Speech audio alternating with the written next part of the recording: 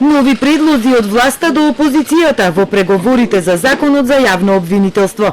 Премиерот Зоран Заев во интервју за телевизија Сител објави две идеи што им биле изложени на опозицијските преговарачи. Со првата се предвидува шефот на новото обвинителство, што ќе биде надлежно за висока корупција, да се избира на предлог на опозицијата и тоа да ги преземе сите предмети, вклучително и истрагата за рекет и за 27 април, но и сите обвинители и стручни служби од специјалното јавно обвинителство. Растеретени апсолутно од било каква тежина, тегоба на наши плеки или слично. Кој се огрешил во закон, треба да се одговара.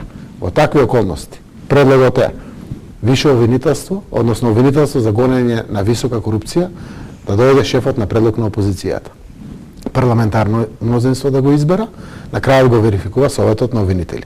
Ако ги преземат сите обвинители, истражителите, вработените од специјалното јавно обвинителство, не може да одат на улица тие луѓе, нека ги преземат и надлежностите да ги гонат предметите. Се што е висока корупција, нека преземат. И рекет.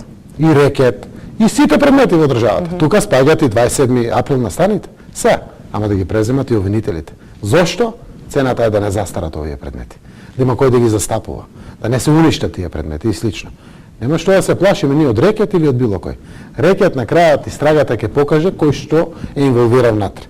Сепак, според премиерот, тој обвинител мора да биде тешкаш и да биде прифатлив и за власта. Предлог Никола Груевски не може да помине. Владимир Панчевски не може да помине. Нормално. Ако предложат повторно Јован Илиевски или Марко Зврлевски, нема да помине. Ќе помине некој кој што ќе биде убедително добар за парламентарното мнозинство. Се надевам консензуално за 120 пратеници. Така е редот. За опозицијата пак, која овој предлог законски текст го добила и во писмена форма, е манипулативен, бидејќи велат, иако декларативно премиерот нуди таа да избере обвинител за висока корупција, така како што бил напишан, на крајот водел до тоа повторно да се избере владино подобен обвинител. Зошто? Затоа што опозицијата има право еднаш од пријавените да посочи кој е незин приоритет, власта има право да го собори преку владеачкото мнозинство и потоа преку негативна селекција 40% од пријавените кандидати да бидат елиминирани, останатите 60% во кои што може да замислиме дека ќе доминираат обвинители блиски до власта, да појдат до Советот за јавни обвинители, каде што владата има доминација и ќе избере владино подобен обвинител. Сметаме дека ваквиот предлог кој што даде премиерот уште еднаш покажува дека тој не е спремен обвинител кој што е независен од владеачкото мнозинство да има увид во случајот рекет и во други афери за кои што веројатно можеби некој сознание има и самиот премиер Заев. Вториот предлог од власта пак, доколку опозицијата одбија да го преземе тимот од специјалното, е обвинителите оттаму да се вратат во матичните обвинителства од каде што дошле, а јавниот обвинител Јовески да ги распореди предметите од СЈО.